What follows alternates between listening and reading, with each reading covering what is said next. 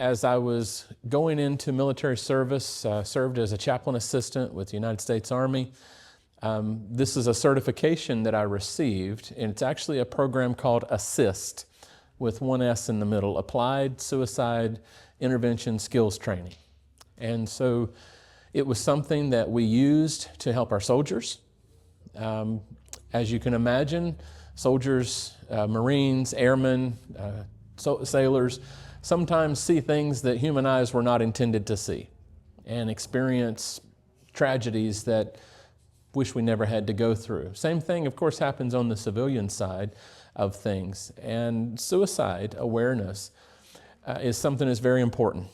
And after today, you're not going to be trained, but you will have some tools in your pocket that maybe can help have some greater awareness and hopefully could lead to an intervention if you were placed in that situation. But let's pause for just a little word of prayer, and I just really want God's help to dive into this, and then I'll set a few parameters on the material that I'm going to share with you, and we'll just have a dialogue together, okay? Well, let's pray. Loving Father, I thank you that we can come and spend a little time together talking about this very difficult topic. And Lord, we know that there's a lot of hurting, a lot of suffering in the world, and if we can be that agent by which some of that suffering is stopped or mitigated, we can bring hope or just a glimpse of hope to someone. Lord, we want to be that person. So I pray that your Spirit would guide us in this conversation, and I thank you in Jesus' name. Amen. So a couple of things. Again, I'm not promising you that what I'm about to share with you would prevent somebody from committing suicide. There are some situations where there could be clinical things that are happening. There can be chemical imbalances that are happening. And so you can't overcome everything, right? Even with the greatest therapy and even with pharmacological remedies, right? Because sometimes with those chemical imbalances, some people need medication, especially if there's schizophrenia or bipolar disorder that's at play. Some of those medications can be helpful. What we're talking about today is to help raise awareness of some of the red flags. My goal is to dispel some of the myths, because there's a lot of myths that surround suicide, or if someone is suicidal.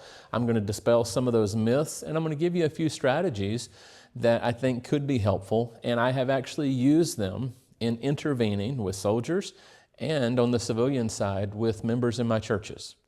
In my very first district, I was faced with an attempted suicide from one of my members' sons. While he was a student at Southern, he tried to overdose on ibuprofen. I had never heard that one.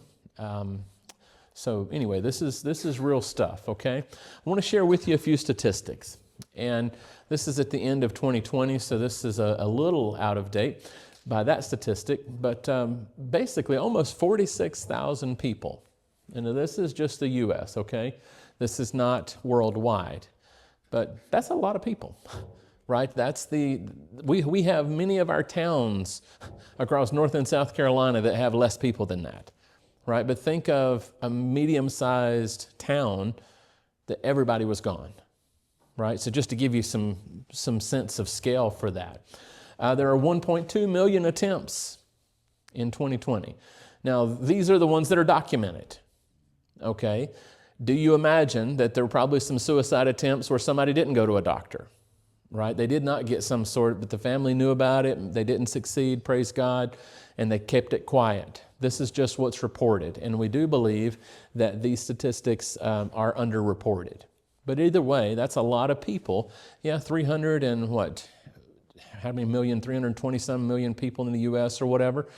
That's a lot of people, okay, that have tried. It is the 12th leading cause of death. You know, it's not in the top 5, thank God, or the top 3. But still, 12th leading cause of death. Men die by suicide almost 4 times more than women, and you can dial that down demographically to white middle-aged men are the highest rates nationally, okay? We could dig into that deeper, but just know that it doesn't just happen to white middle-aged men. It happens to teenage girls. It happens to people of all ethnic backgrounds. I don't like the word race because the way I look at it, we're one race, the human race. right? Now, do we have some ethnic differences? And right, do some of you have a better tan than I do? Yeah. Am I glow in the dark white? Yes. Right? So we have some different ethnic things going on, but I'm here to tell you this is a plague that doesn't care what color you are. It doesn't care what gender you are, right? And so it plagues across all demographics. But if you do a little bit of math, it breaks down to about 130 suicides a day. It's tragic, right? Unnecessary loss of life. But notice this, it's the 12th leading cause of death nationally, but it's the 3rd leading cause of death for 14 to 25-year-olds. So while white middle-aged men are 4 times more likely than women overall, notice the plague that is happening among our teens and young adults, okay? And I believe that a lot of this is because of what I mentioned in the sermon. Social media is a wonderful thing if it's used wonderfully.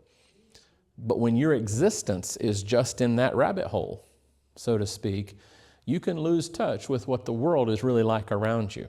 And it has already been shown statistically through various research, and I don't have time to dig into all the research with you, but especially our Gen Z generation and what's being called Gen Alpha, right? Because you have to start back over with the alphabet. But Gen Z and Alpha were born digital. So what does that mean? They did not live ever in a time where there was not digital technology. There are people, now get this, there are people being born today that would not know how to use a rotary phone. They'd have no idea what that wouldn't know what to do, right? They were born differently, okay? So because of that, they have more readily accepted the digital world, and that's why it's important. Notice the flip side, the positive. Our churches should embrace our Gen Zers and let them have a part in our digital evangelism. Guess why? Because they know it better than you ever will. And it's not a put down, it's just the way they were born.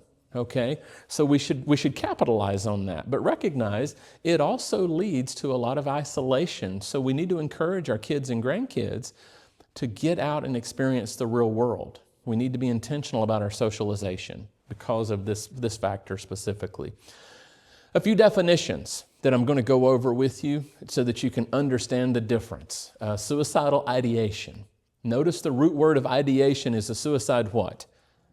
Idea. Okay, so keep that in mind. Suicidal gestures, an attempt, and then of course the actual suicide. So the first, suicidal ideation, it's the destructive thoughts about death and dying. So it just becomes this, most of the time it starts, and this piece, I'll share it this way, especially for the teens and young adults, it becomes kind of this dark fascination with death, right? Sometimes even the occult, it could be a fascination with horror films. I'm not saying everybody that watches horror films ends up killing themselves. I'm not saying that. But again, it's this ideation that death and dying could be the answer, right? While all or many people may experience such thoughts, it's gone beyond control in a potentially suicidal person. Again, that's what I'm saying. There's a lot of people who may think, oh, death or dying. Listen, when I was deployed to Iraq, one of the worst days of my life, of my deployment, was when some evil person decided to detonate a truck bomb in a crowded market on a Friday among civilians. The local medical clinics and the civilian hospital in Mosul filled up, and we opened up our base hospital to take civilian casualty overflows. And part of what came to us were living people, and part of what came to us was not. They're horrible things, right? And you may think about, get a fixation after some of those things, but this ideation goes further with a suicidal person. So what would be one of the red flags that I'm going to look out for? This person seems to have a fixation on death, right? And again, don't take it too far. Be careful. You want to tie other factors with it, but that's one of the first factors that I want you to think about because it's this fixation. It's more than just a passing thing, or maybe they like to go to a haunted trail at Halloween or something like that. And I'm not encouraging any of those things, but you know people who go do that stuff, right? We all have family or friends that do that. So that's suicidal ideation. Suicidal gesture is a deliberate act of self-harm that is not what? So it could be what some might say is just something, a cry for help, right? Maybe they do something that causes some injury. It could be cutting. I've dealt with some teens that got into cutting and self-harm that way. And again, because of my training, my red flags start going up. Okay, where is this going to head? What can we do to intervene in this? But it's an act of self-harm that is not fatal. Death was not really the goal. Okay, sometimes it's just to get attention. But be careful, because how many of you remember the old story, the boy who cried wolf? Right, that was was that one of Aesop's fables? I don't remember where it came from, but the idea was the boy was looking for attention, and then when trouble came, who responded? Nobody. So be careful. I know it could wear on us sometimes to think, well, that person's always just trying to get attention. Be careful with that mentality, right? Especially if there are other factors at play. So we have to really, a lot of this as Christians, it has to be prayer guided. Lord, is this something I need to take more seriously? But sometimes our tendency is, oh, well, they're always looking for attention, and we just write them off. We have to be careful with that, because it could be that effort to seek attention, okay? An actual suicide attempt is a deliberate act of self-harm that is not fatal. They are trying, though, right? It was something, the death was the goal. And I thank God for the failed suicide attempts. Amen? I hate that they got to that point, but I would rather have a failed suicide attempt than a successful one. What do you say? But a suicide attempt, they actually were trying to kill themselves. They legitimately tried to take their own life, okay? This happens. It happens a lot. And then, of course, suicide is that self-inflicted death by any means. So why? Why, how do people get here? It's always the big question. And one of the hard things is to not blame ourselves if we're involved with someone who had tried to kill themselves or actually, succeeded in doing so. So one of the things I want to put out to you is we have to be careful putting that amount of responsibility on ourselves, okay? Even in some of the best case scenarios where there was intervention, there was help that was offered, there was professional help that was made available or given, there are still sometimes people are so bent down that road, or there's something going on in the mind that we can't understand.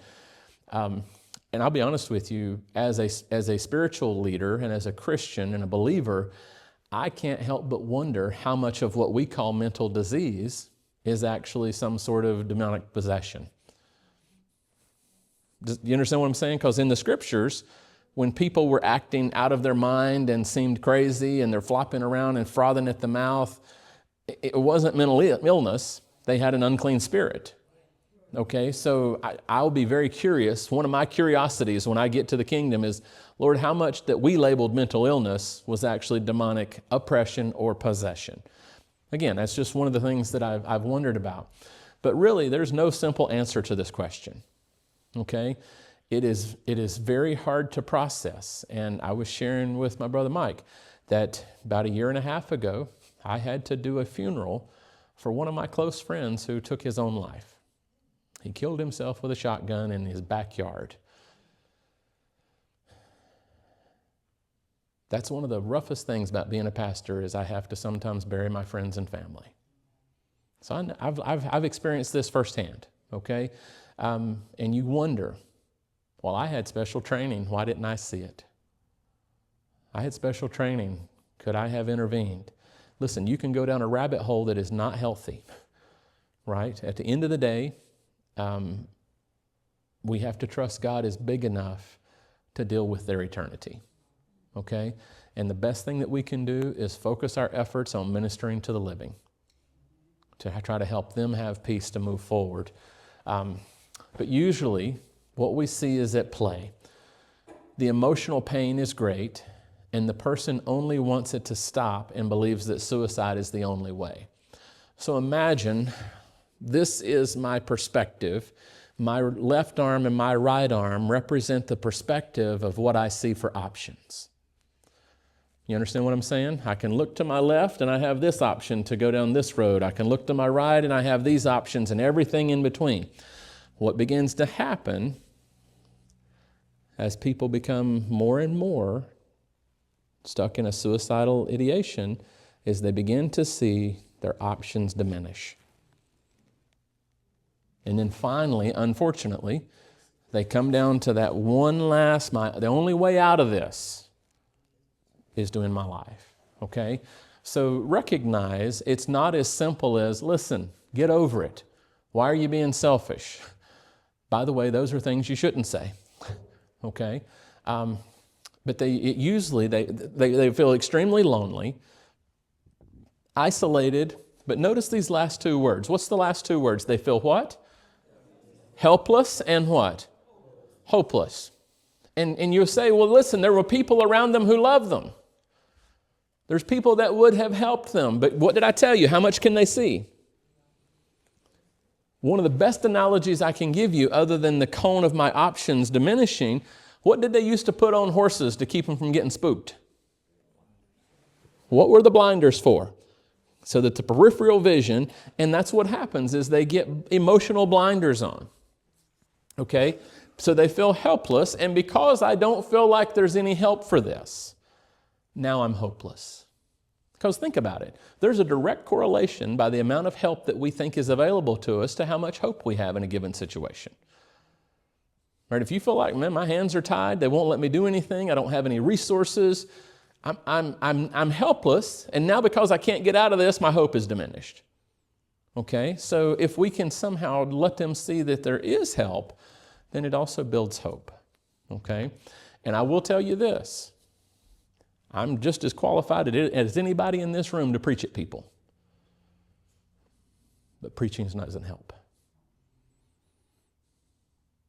Just telling them how wrong they are and how selfish they are, that's not what they need to hear.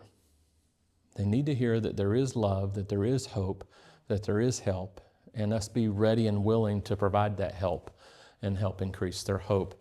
But they believe, someone believes that no one cares or will miss them. And guess who you think is standing there whispering in the ear to feed that? Yeah, you're right. They don't care if you're gone. So we know the enemy wants to destroy us, okay? So this is just some of the stuff that's happening.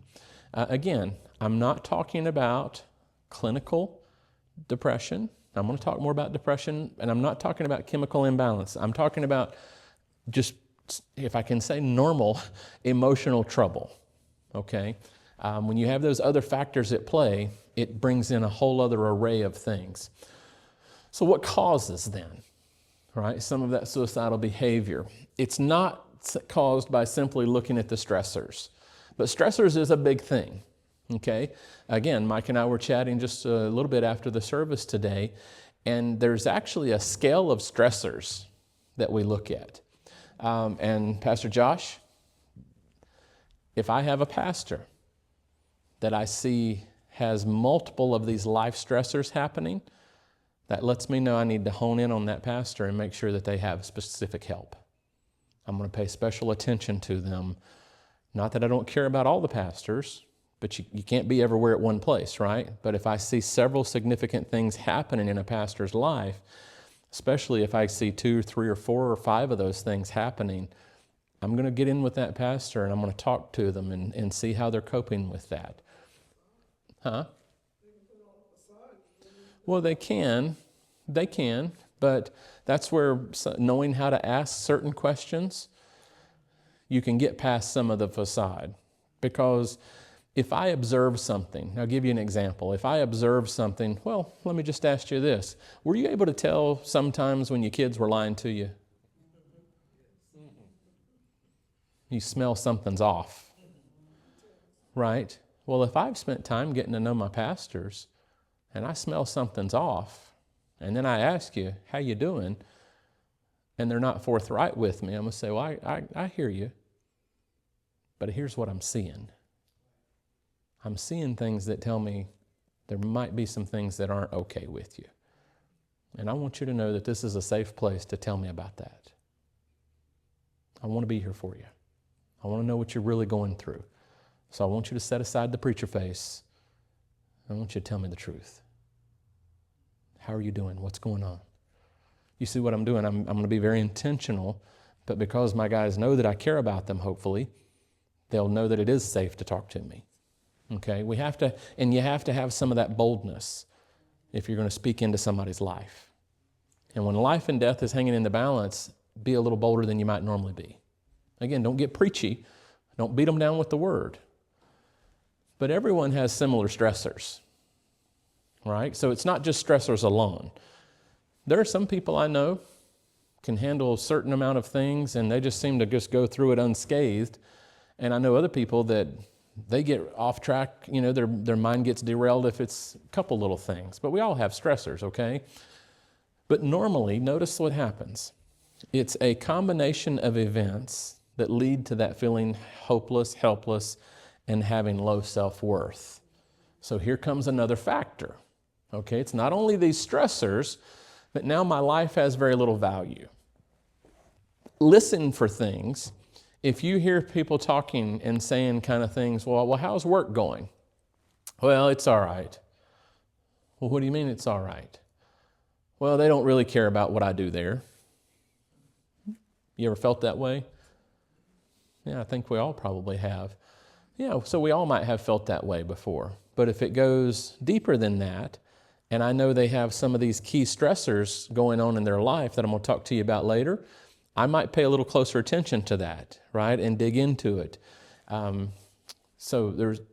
that feeling of self-worth, well, I can't do anything right. Nothing I say is right. Nothing I do is right. Well, I'm sorry that you feel that way, but I've seen you do a lot of good things that are right. Tell me why you feel that way. We don't want to, here's what you don't want to do. You don't want to diminish or invalidate somebody's feelings. You want to try to find a way to validate them. I'll give you, for instance, Mike and I are Second Amendment guys. We like guns. I'm not trying to promote guns. If you don't like guns, move on. That's fine. I don't care. But I do. But if I told Mike, dude, somebody broke into my Jeep and stole my pistol, he would mourn with me. Right? He could say to me, yeah, that stinks, Pastor. I hate that you lost that. I know you really enjoyed that. You spent some good money on it. So he can validate me, right? Versus he could say, oh, you can just buy another one. And I would. But it's a simple thing, right? That's a trivial thing. But what I'm saying to you is when somebody is genuinely hurting, validate that and say, you know what, you're right. That would hurt me too. And it could be something a lot more important than having something stolen. You get what I'm saying? So learn how to have that validation for people and recognize that, yeah, that is a valid hurt, but then you don't want to go from validation to commiseration. Commiseration is where you stay focused on the negative. So you validate, but then you try to find a way to redirect the conversation. Does that make sense? Okay, it's a skill. And if you don't practice it, it's not going to be a skill that grows in you. So I want to encourage you across life, get in the habit of validating people when you meet people that are hurting, but also try to find creative ways to encourage them through that pain. But don't diminish the pain and just trample over it and say, oh, we'll get over it. Because I'll be honest with you, there are times I want to look at people and say, suck it up, Buttercup. You're just a natural whiner. You whine about everything. Because I'm a loving, concerned pastor, I keep that part in my head.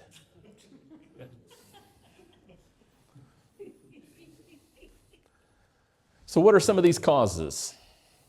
Breakups and interpersonal problems. Again, it's not the only factor. There's people that get broken up with all the time, right? Marriages fall apart, unfortunately.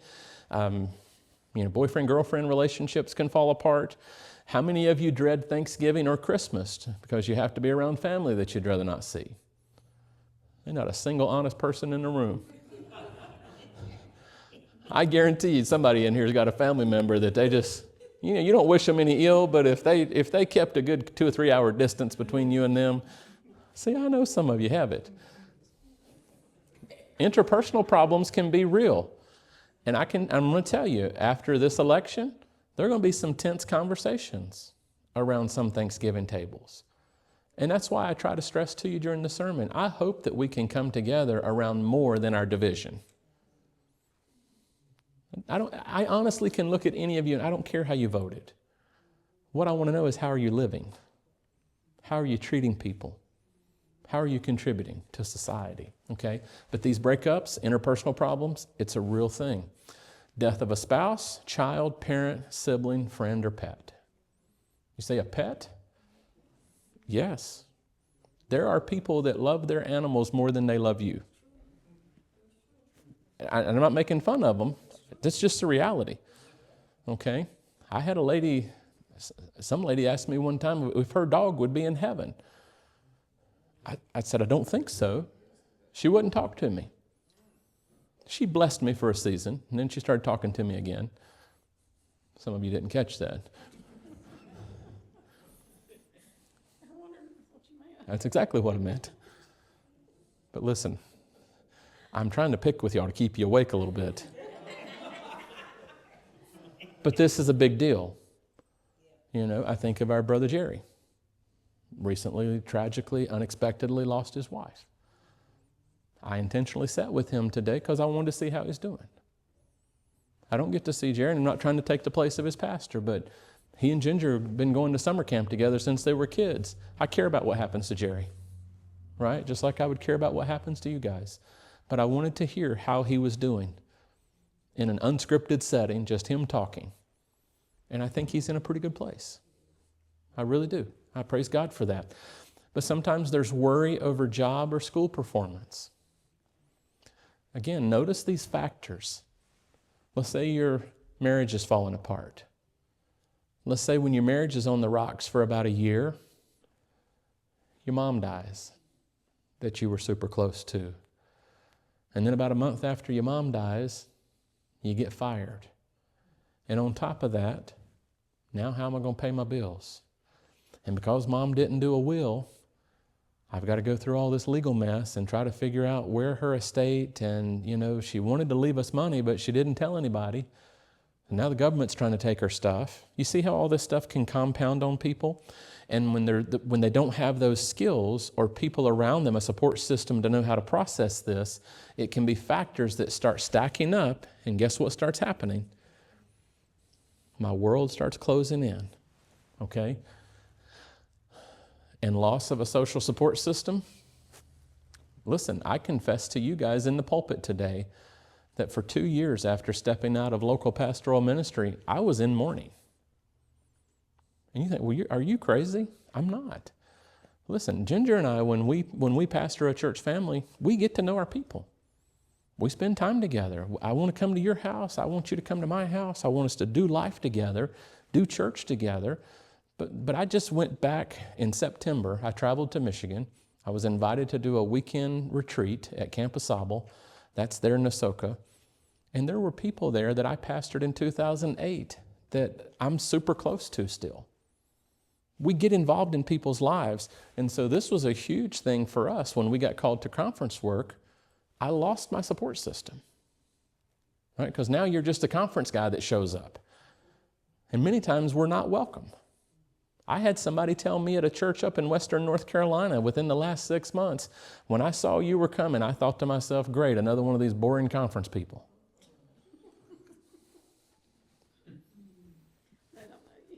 Well, but that's your welcome, right? So it's a different, so you have to have a connection, okay? But imagine all of these things kind of dominoing, right? And they become stress factors that build up, and they could spell trouble. So when you see these things happening with people, don't just take it on, hey man, I heard you lost your job. How are you doing? Well, it's okay. I got this new job. Really? Well, tell me how you feel about losing the other one. Dig a little bit. And listen, don't be nosy. Some people like to ask you a bunch of questions just because they're nosy. Am I right? Some folk just like to get up in your business. I'm not talking about that type of thing where you just want to know something so you've got fodder for gossip. Isn't that the reason why some people ask? I'm saying ask in such a way that the people know you care about them.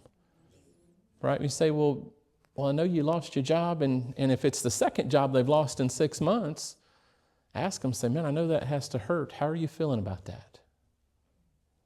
Tell me how you felt after that. And I'm not trying to just, well, all he cares about is feelings. Listen, this is something that if you're not in touch with feelings, then you can't get in there and help. So it gets a little messy. It gets a little muddy, right? You got to be willing to get a little dirt on your hands to dig into the messiness of someone's life. But it's worth it. Loss of social or financial status.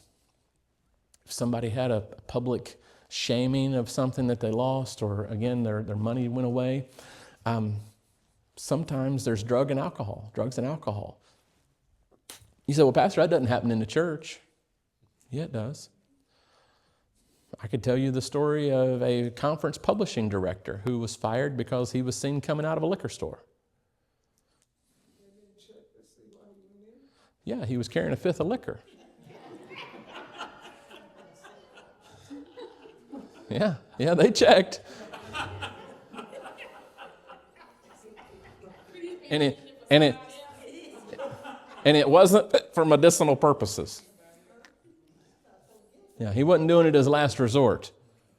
Turns out he had a chronic problem with alcohol. Yeah, but I'm saying sometimes these things, people are very good at hiding them. So you got to pay attention. Again, I'm not encouraging you to be nosy and look for gossip fodder. I'm going to tell you, I believe that gossip is satanic. And we got to stop it when it comes our way.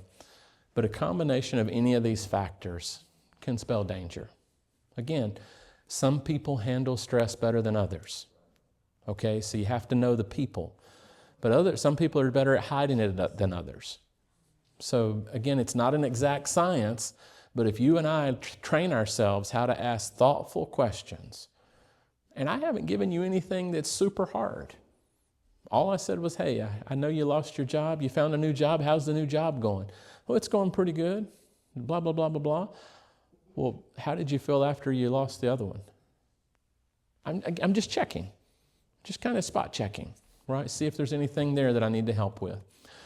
So how can we be an effective helper, right? What can we do other than some of the little tips I've already? Being informed. Misinformation prevents effective help. Okay, and part of that comes down to the myths that people think about or believe as it relates to suicide. We're going to dig into that a little bit more. But here's a big one. You have to be comfortable and confident with the role. Right? If I'm going to step into your life in a particular way, I have to be comfortable to do that, and I have to be confident that God can use me to do it. When I first became a pastor, I was 33 years old. I had been doing other jobs throughout my life, but then the first time I'm introduced to the new church congregations in Michigan, you're expected to know what to do.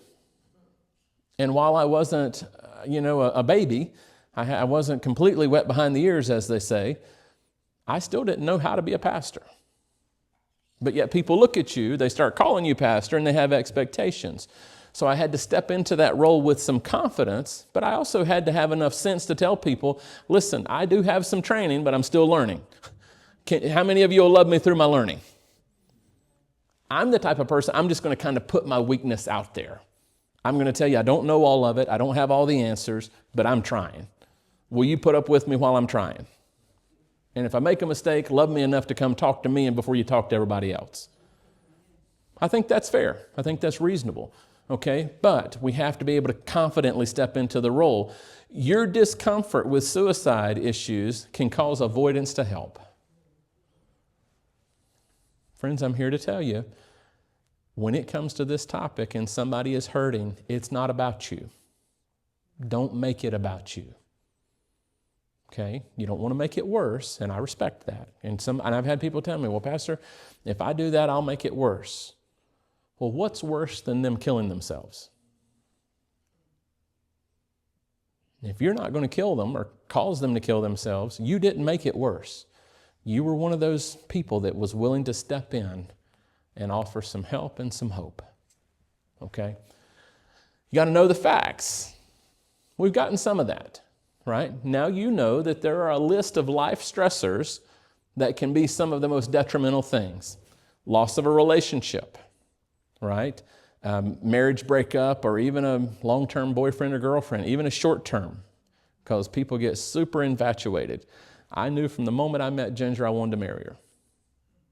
She broke up with me 4 months later. Took her a year and a half to come to her senses. But I got her back. Amen. Amen. All I had to convince her to do was lower her standards. And it's gone well ever since.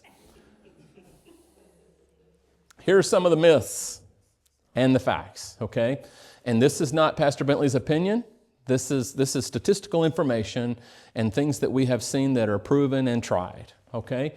One of the first myths is that people who talk about suicide rarely attempt or commit suicide. Again, going back to the boy who cried wolf, right? Oh, they're just going on. That's somebody that just always want attention. Okay, that's one of the myths. The fact is, nearly 80% of those who attempt or commit suicide give some warning of their intentions. When they talk about it, take it seriously. Pastor Josh and I are what is known as mandatory reporters. Okay? If somebody comes to me and if I suspect child abuse or neglect, I am required by state and federal law to report that. If somebody talks to me about harming themselves or plans to harm someone else, I also have to step in. And when people come to me and they say, Pastor, I need to talk to you, it's about something very serious, I tell them right up front, please know that I am a mandatory reporter. If anything you share with me is related to child abuse or neglect or harming yourself or others, I do have to take action, and I will. And we all are mandatory reporters. Meaning? Well, I would say that by law, unless you're in a certain role, like healthcare or law enforcement, a teacher, or something like that, the law would require us. Do I think that anybody by Christian values should help and intervene? Yes, but the law will hold you to a different standard of accountability than they will me unless you're in one of those roles. That's what I mean by that. Okay, yeah. Okay, another myth. Talking to someone about their suicidal feelings will cause them to commit suicide. A lot of people think, well, I don't want to give them the idea. I don't want to plant that seed in their mind. Okay? The fact is, asking someone about their suicidal feelings usually makes the person feel relieved that someone cares. I can't tell you how many conversations I've had with someone. I will look at them and I'll say, as I'm listening to you, I'm hearing a lot of pain. You're hurting, aren't you? I am. I'm hearing that you don't feel like you have a lot of options. Do you feel like your options are limited? I do. Those are some pretty strong indicators when people feel the way you're feeling that they may think about hurting themselves. Have you given thought to hurting yourself? And I've had people tell me yes, and I've had people tell me no. And if they tell me no and I think they're lying, I may push a little bit. Say, well, I hear you, but when you did this and said this, it seems to indicate something different to me. So I'm not trying to say that I don't think you're being honest with me, but I don't think you're being honest with me. And I'm asking because your honesty helps me help you. Just be honest with me. Have you thought about hurting yourself? So you might be able to, and if they say, no, Pastor, I'm sorry I gave you that impression. I'm not, I really am not. But if I'm still suspicious, I may tell them, well, listen, if you get to the point where you're thinking about harming yourself, would you at least call me before you do anything? Because I want you to know that there's somebody here for you. And I'll drop whatever I'm doing and I will be there with you. Okay? Another myth. All suicidal people want to die and there's nothing that can be done about it. Well, they already got their mind made up. Listen, there are people that say that. It just sounds cruel and heartless, doesn't it? But people have sometimes say that. Most suicidal people, though, the fact is that they're undecided about living or dying. They may just be toying with the idea. They may have an intense suicidal ideation, Okay, they've got that fixation, but they haven't decided whether they should carry it out or not. All right, they may gamble with death, and they frequently call for help before and after attempts. That's where I told you, be careful writing people off. Now, granted, I know there are drama queens. There are drama kings. There are people that they're not happy unless they're creating drama in their life and yours. And I can tell you, I'm allergic to drama. I don't need it. I don't want it. Life is messed up enough without you creating it. Amen? Let's just love each other. Let's try to support each other. Let's serve the Lord. Let's have fun. You guys know I like to laugh a little. Hey, that's okay. But drama needlessly, so be careful. And I'm saying this for me too, because it's one of my things that, man, they're just drama rich. And I'm drama averse. So I have to remind myself, okay, why is this being created? Okay, so it's a good question to ask. Another myth, suicide is an act of impulse with no previous planning.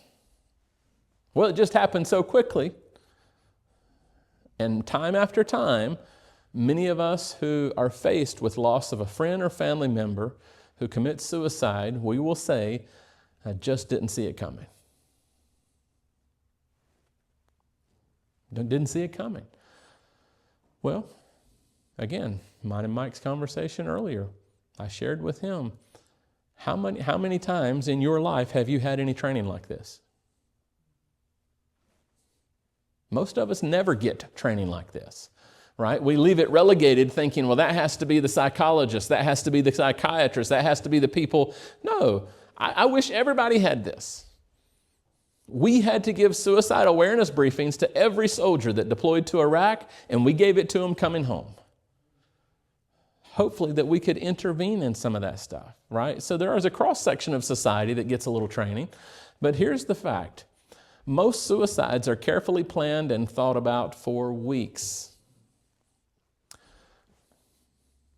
Now, I just told you how I feel about firearms. So if my wife knows that I bought a new firearm, she knows that's not out of the ordinary. Now, she may not like it. Okay, she didn't say amen, so I'm good. But what about somebody who you know all their life they don't want anything to do with guns, and then all of a sudden, now did they have a sudden desire to? Maybe. But if I know that they also are facing a marriage breakup, they just recently filed bankruptcy, and they're on their third new job in 6 months, where do you think my mind goes? Pay attention. Pay attention. We have to dig into some of those factors. Another myth is that once a person is suicidal, they are suicidal forever. Now, that is not true. Most suicidal people are only such for a brief period because it's largely situational. It's tied to those factors, okay? Only about 10% of attempters later try again and complete the act. Another thing that makes someone's risk for suicide greater is what we would refer to as generational suicide. One of the risk factors for suicidal behavior are people who have had suicides in their family. And then if it's multiple generations, that risk factor increases. And if it's a third, that risk factor increases again. Why? Because it becomes accepted normative behavior. Right? Nobody liked it, but apparently that's what works for my family. You see where the mind can go, right? It's the same thing with generational poverty.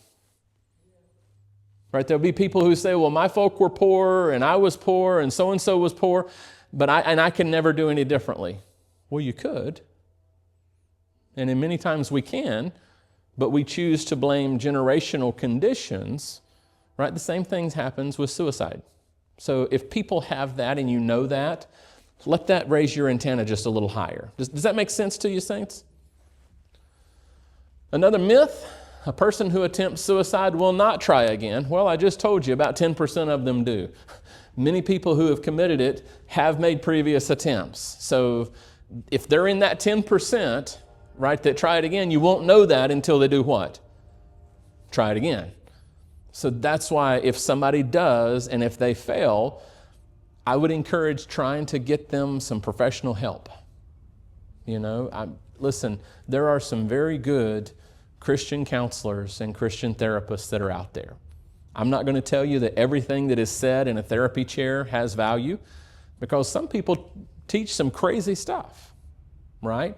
So be careful, but there are some good Christian therapists out there who want to use biblical principles and good training to bring together something positive in somebody's life, okay? So it's nothing wrong with getting people some professional help. Another one of the myths, improvement in a suicidal person means the danger is over. How many of you have ever seen on the news radar a hurricane?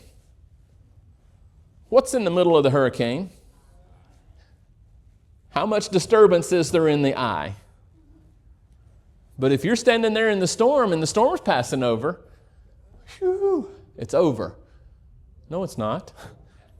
You're passing through the eye. Right, so be careful, right? You don't want, okay, well, we got them past it, and then forget about them. That's where we have to be very intentional about following up. Most suicides, check this out, occur within 3 months following the beginning of improvement. Often a period of calm may follow a decision to commit suicide. Think of it again, it's that eye of the storm syndrome. Okay?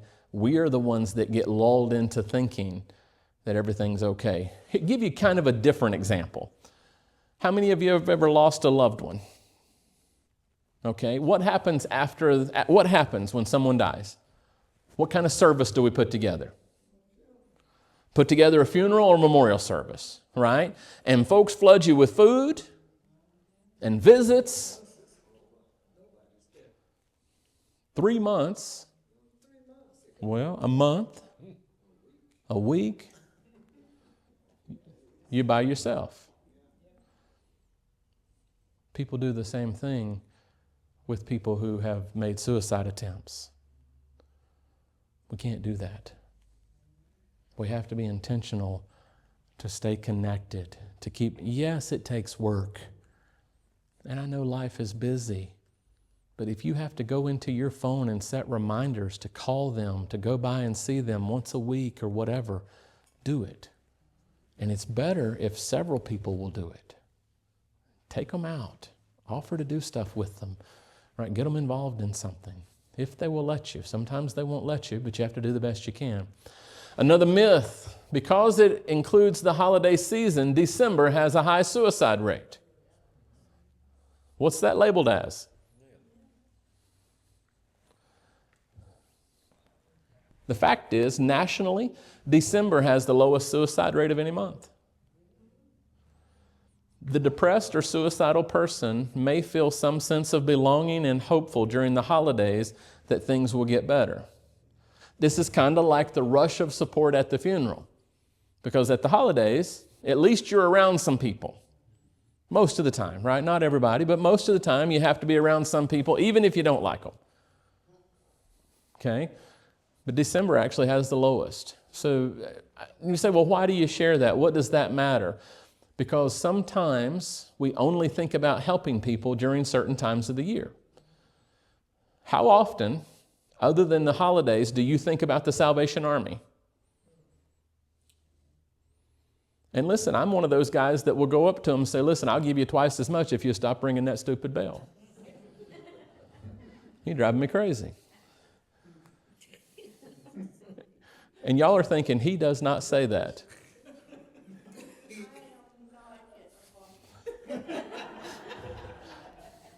But my point is, how often do you think about the Salvation Army other than when they're standing out there ringing the bell? You don't. Okay? That's what happens. So we got to be paying attention all the time. That's my point. Okay? That's why I share this particular thing. Again, all of these things will be on the handout. It's being emailed to Pastor Josh. He can send that. Feel free to share it with whomever. Okay? I'm happy for it to be shared.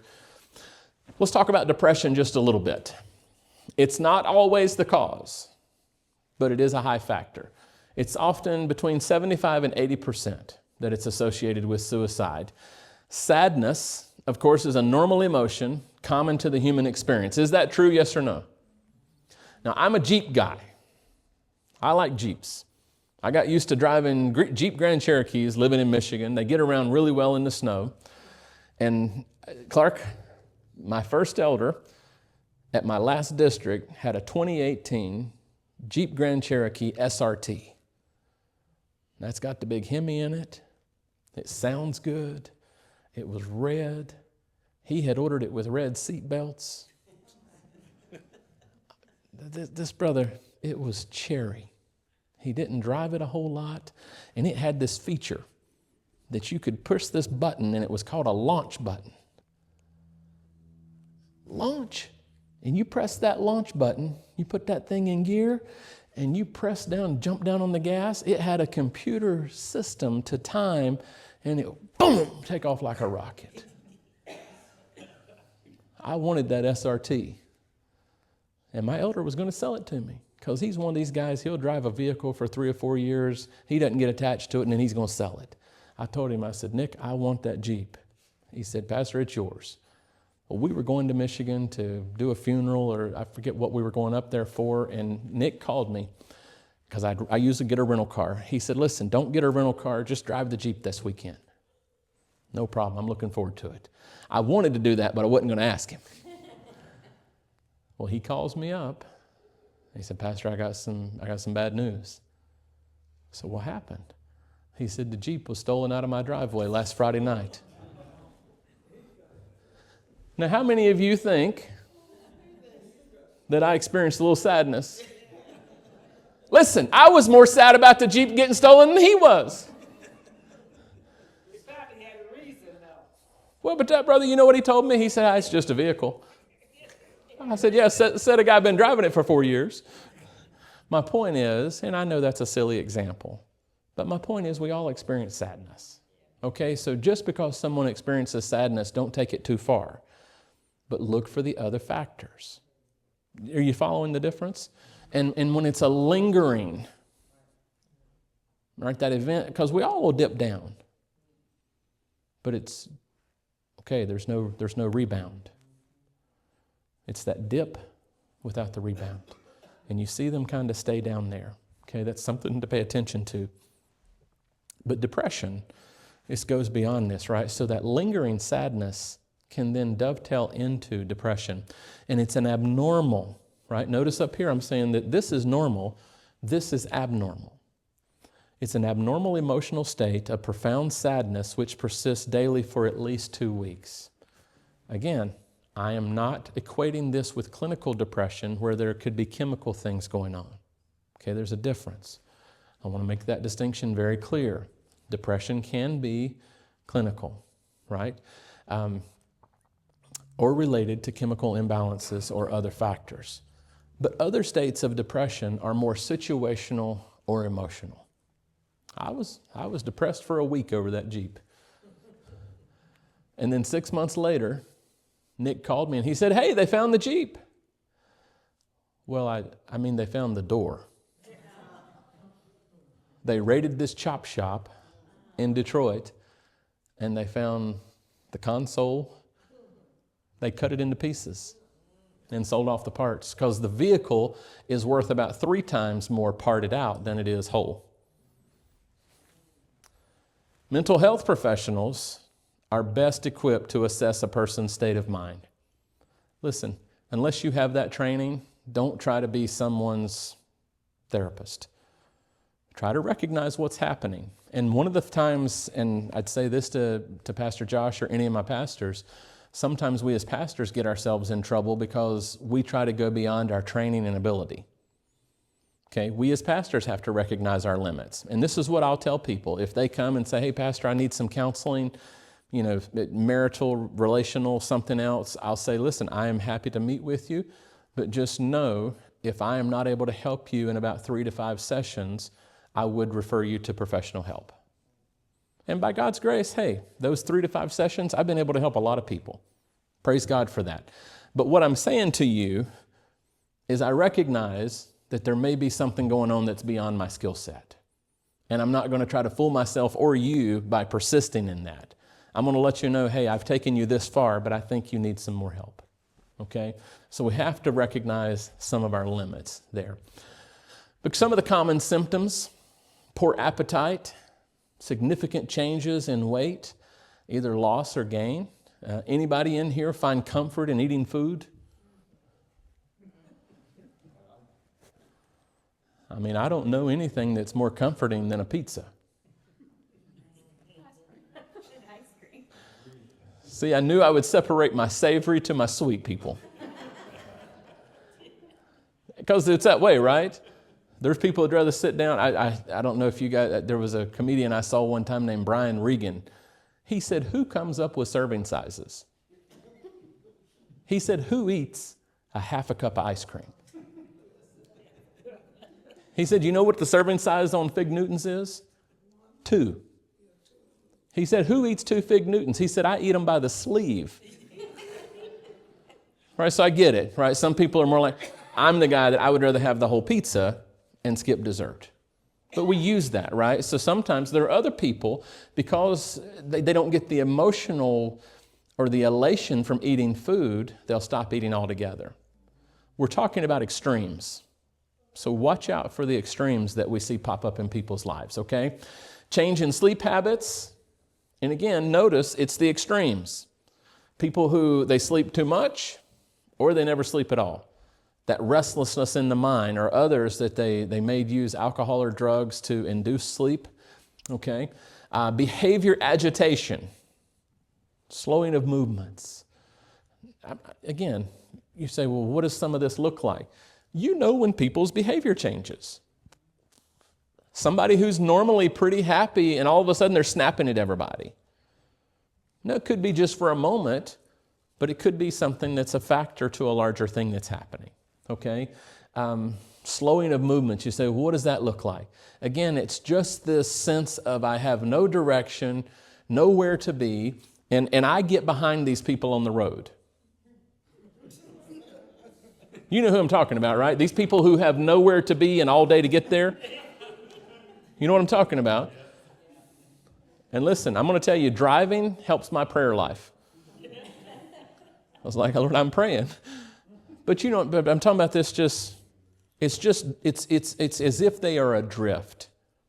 When I'm talking about slowing of movements, it's slow to react or accomplish anything.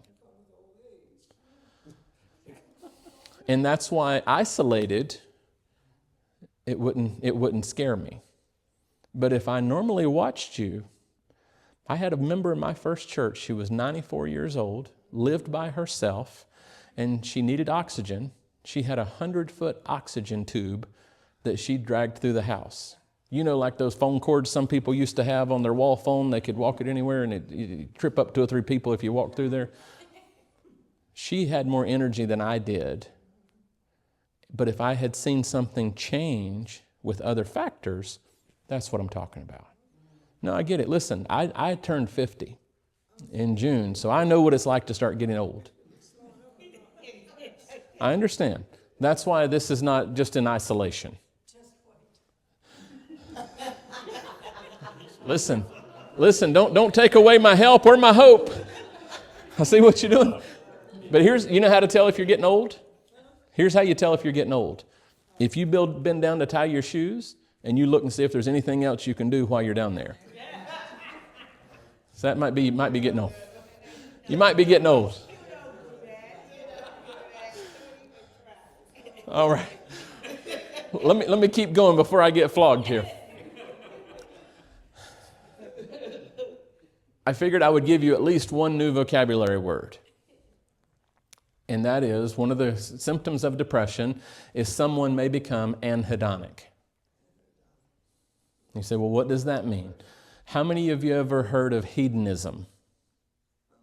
Hedonism. Hedonism is a pursuit, an unbridled, unchecked pursuit of pleasure.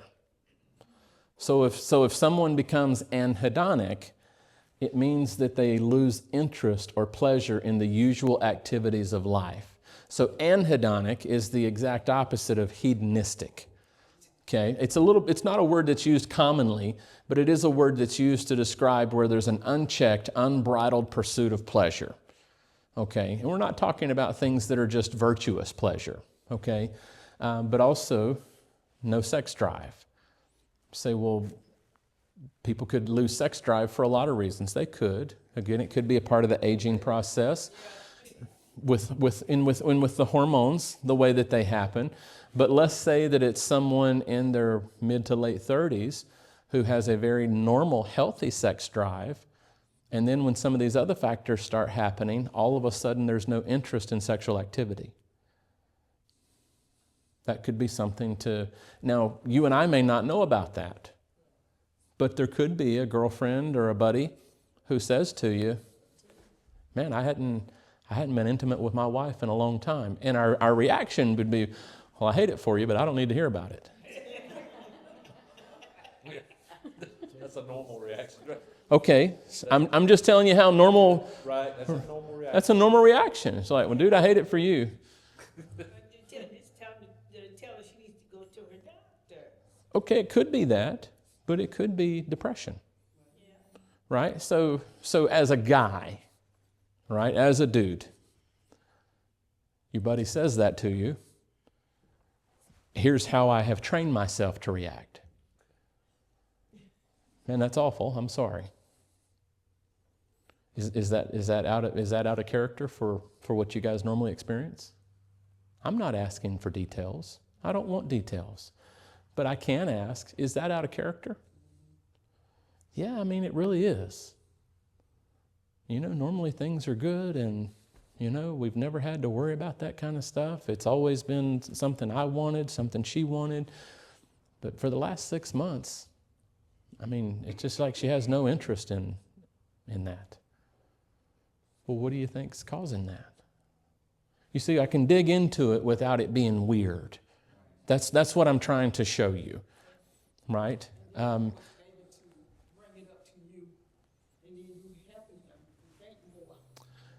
Because what would happen, stinks to be you. I got a date with my wife, and I can tell you there's no issue at my house. Yeah, that's what's said. What I just did,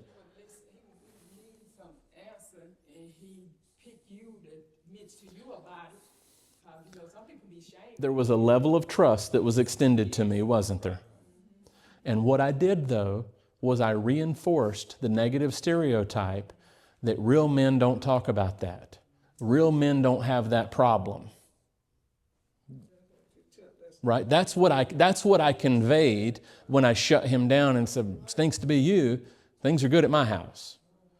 Versus where I paused and say, man, I hate that. I know that has to be hurtful. You know, you don't make it anything ugly. You know, you don't joke about it. You just say, is that out of character? What do you think led to that? At least... You asked him if he had talked to his wife.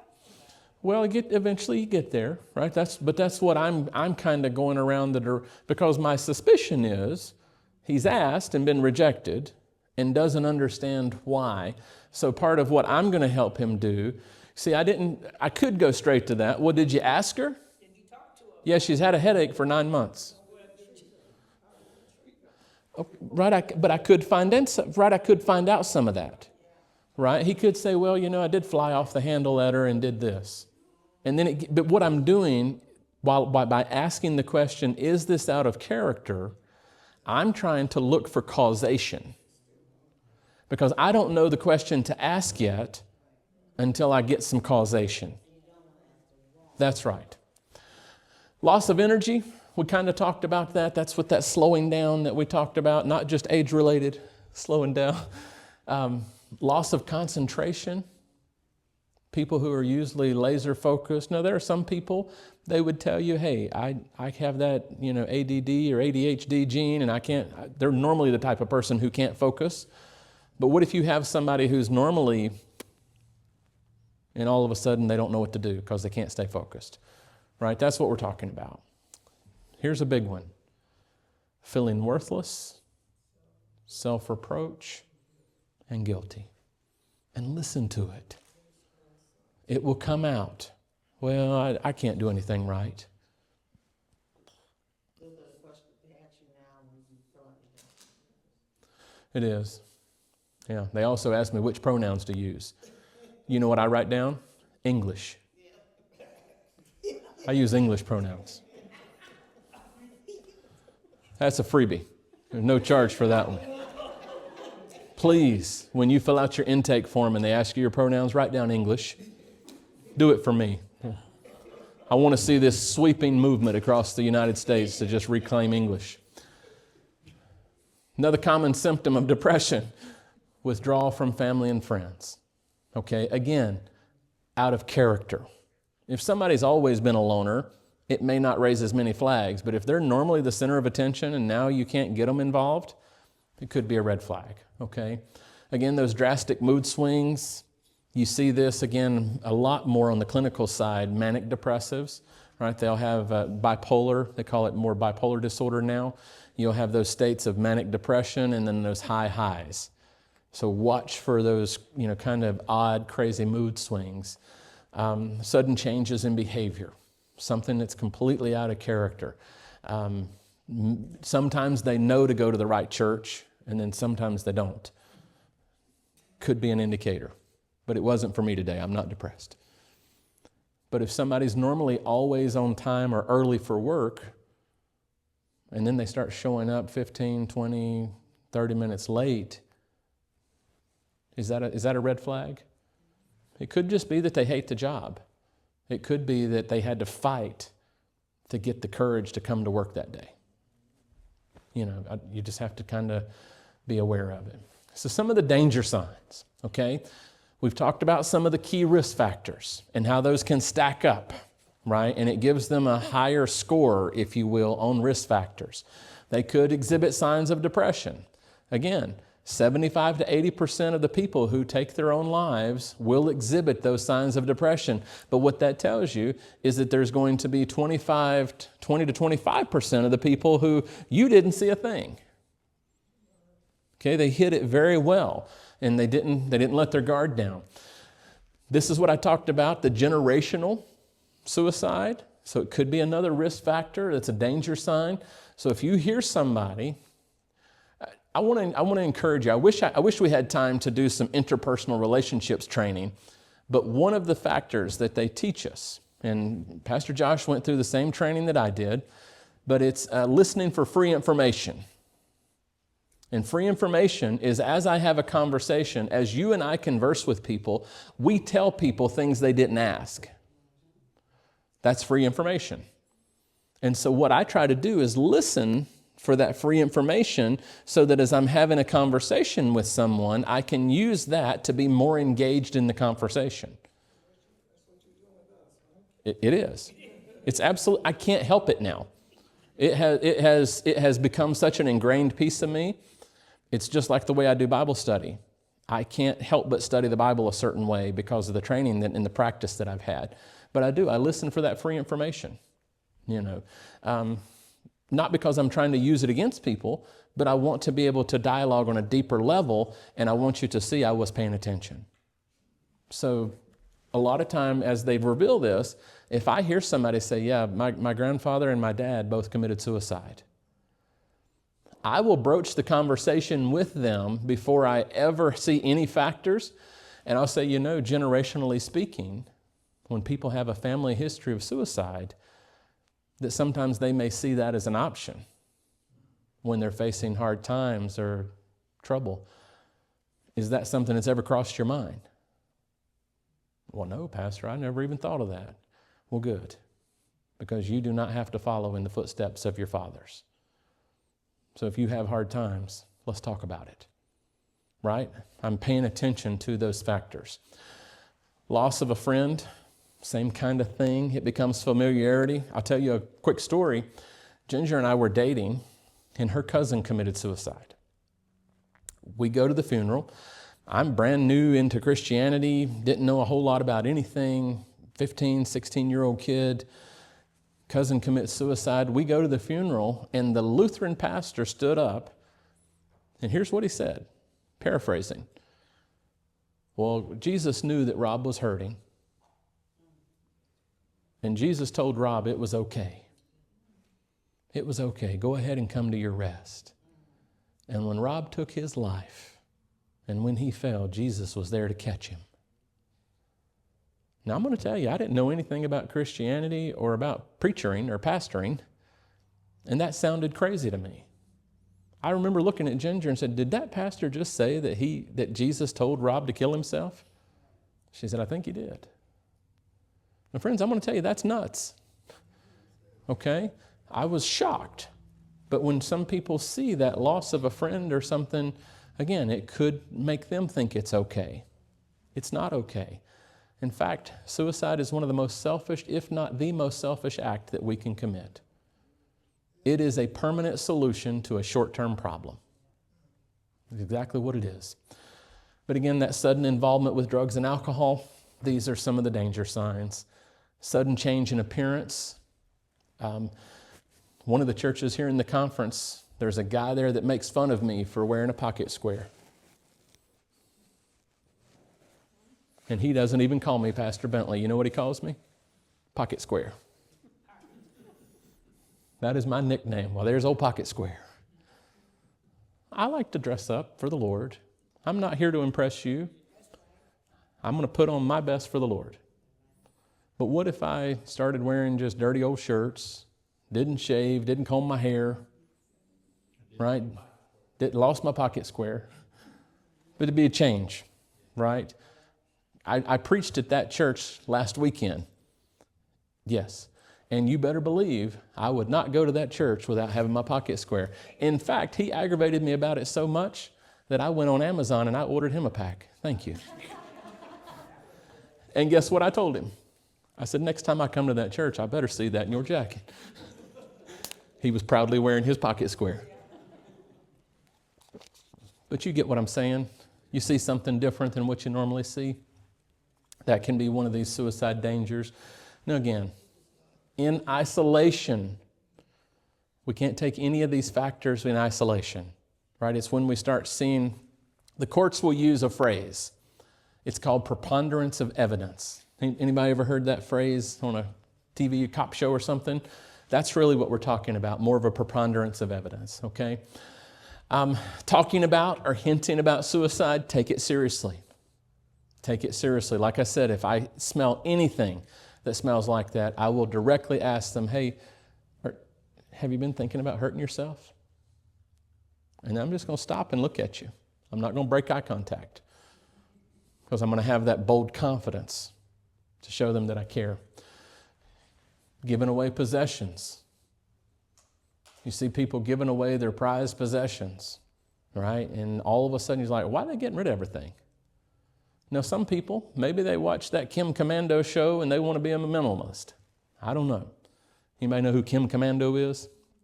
She's one of these people who come into your home, throw away all your stuff, and tell you don't need it, and you live a minimalist lifestyle. Unless they've gone on a Kim Commando trip, giving away stuff is a red flag.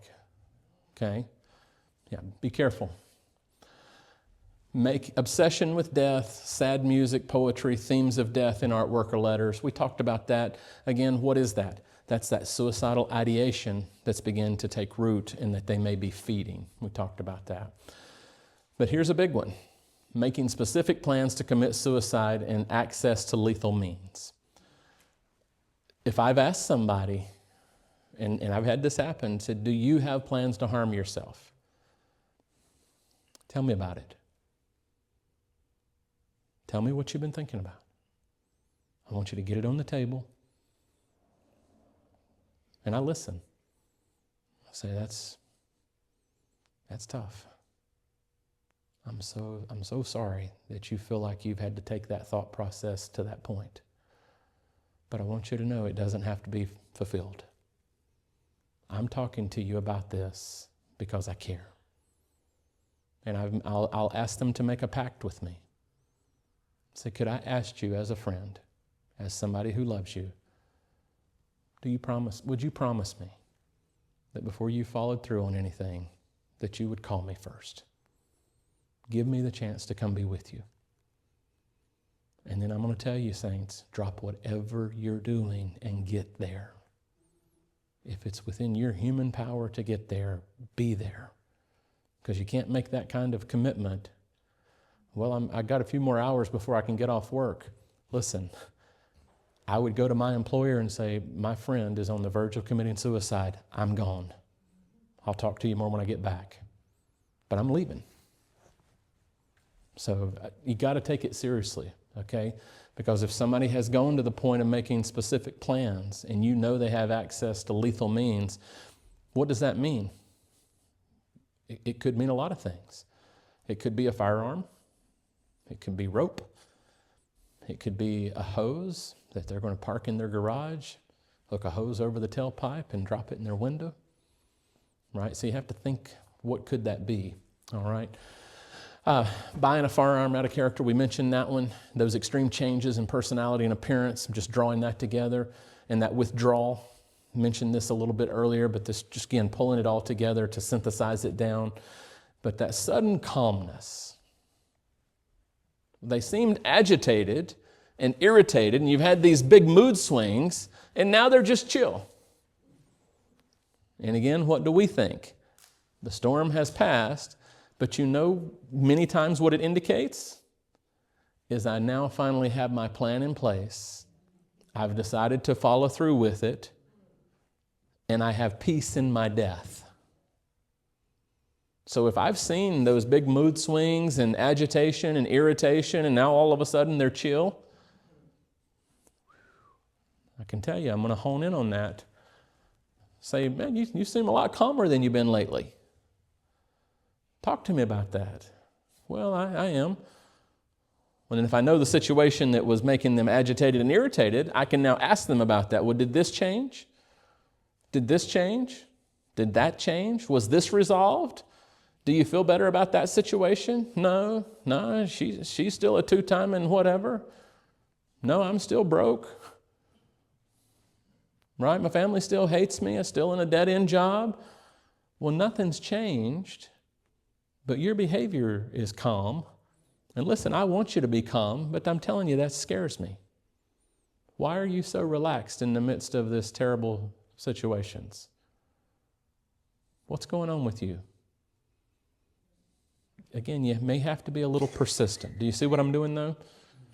I didn't just take it at face value. You told me everything was okay, good. Praise the Lord. Next week I get a phone call, you killed yourself. Not if I can help it. So what can we do?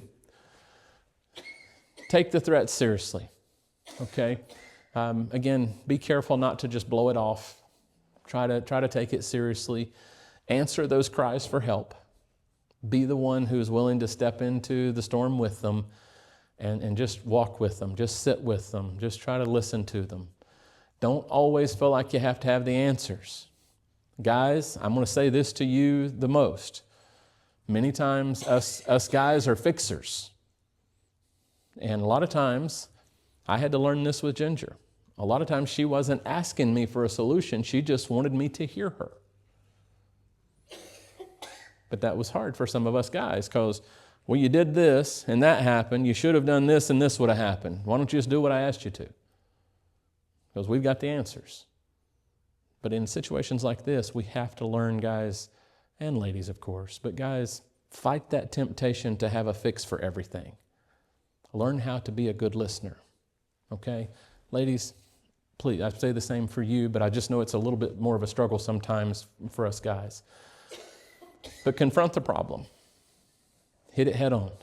Talk about it. And again, validate. You're right, that is an awful thing. It's that validation, but not commiseration. Tell them and show them that you care. It has to be both. Well, man, I really hate this for you. Man, look how late it is. I got to go. Right? And you may have to go sometimes. There's been some times where maybe you could have invited them to go with you. So listen, I got to take off. I'm about to go do this. Why don't you come with me? All right? Try to not leave them alone. But at the end, know your limits and don't be afraid to get some professional help. If it's that imminent, call 911. I would rather you get upset at me.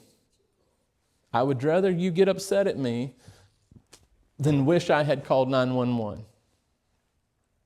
Again, we don't want to be rash or jump to needless conclusions, but if someone, they're standing there with a firearm and they're threatening and they're crying and they're walking around waving a pistol, or you come in and they're braiding a noose, you might have to call for help. You might have to load them in the car if they've already cut themselves. Try to tourniquet the area that they've cut. Get them in your car. Yeah, it may get blood on your car, but I'd rather have blood in my car than blood on my hands. You know what I mean? Contact their mental health provider. It's always good if you know someone has clinical issues or a history of mental illness, while they are not in a bad place, ask them, say, hey, if something was to ever happen with you, who would we get in touch for you? Well, do you mind putting their name and number on the fridge or something? Right? Because you may need to have access to that mental health provider to say, hey, somebody, this is how they're acting, what should we do? Again, if they have a therapist or some sort of psychiatrist or something. But you can also call the local suicide prevention hotline. Okay? You say, well, Pastor, where would I do that in South Carolina? Well, I'm glad you asked, because I have 3 resources to share with you. So you have access to NAMI, Mental Health America in South Carolina. These are all South Carolina chapters. As you can see, they're 803 area codes. American Foundation for Suicide Prevention. These are all relatively local numbers. So at the bare minimum, if you say, well, I'm not ready to call 911, call one of these numbers. Have it in a note on your phone. Say, hey, my friend or my family member or my coworker is acting like this. What should I do? Okay? Ask for some help, because there are some good resources, and these are people who deal with this every day. Okay, this is what they do. This is what they do best. What not to do? It's always good to know that, right? Don't leave anyone alone if you believe the risk of suicide is imminent. I can see you're in a bad way, but I got to go. Again, you got to stay with them. You can't leave them by themselves. Don't assume the person isn't the type. Because just in mine and Mike's conversation again with his friend, you even used that word. He's not the type. Yeah.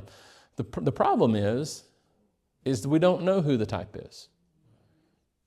Because again, some people, they wear their emotions on their sleeve. It's all out in the public, and they just, they bleed their emotions everywhere. Other people are they're good at keeping things close to the vest. So the type, don't think that there is a type. It could happen to anybody that goes down that rabbit hole of losing sight of their help and become hopeless. Don't act shocked at what the person tells you. This is a hard one. Well, I bought a pistol and I'm planning on blowing my head off. Are you crazy? Is the wrong answer. I know it's going to be hard, right? You say, well, I didn't see that coming. And I can tell you, I think that's a really bad idea. And I'd like to talk to you about why you feel that way. Tell me why you feel like you have to do that. Let's talk about it. And while we talk about it, do you mind if I hold the pistol? But I'm going to say it just that calmly. I've had to get a M16 away from a soldier who was threatening to kill his first sergeant. That was more homicidal than suicidal. But do you think he wanted to let go of his rifle? But by God's grace, I got his rifle. While he was talking to the chaplain, I took the firing pin out of it, and he had a useless weapon. But I'm saying there's a boldness that you have to have. And if I see somebody there with a weapon, they're about to harm themselves, you better believe I'm going to ask, can I hold that while we talk? Okay? But try not to act shocked if you can help it. And again, even if physically you're like, oh, wow, don't make some sort of statement that's a blast on them, okay? Don't debate the morality of suicide or lay a guilt trip on them. Well, you can't be saved if you shoot yourself. They don't need a sermon right then. Okay? You're trying to get to the heart of why they're asking or crying out for help or why they feel so hopeless and helpless. Giving them a guilt trip at that point just adds to it. Okay? Don't keep it a secret. Contact the proper agency for help.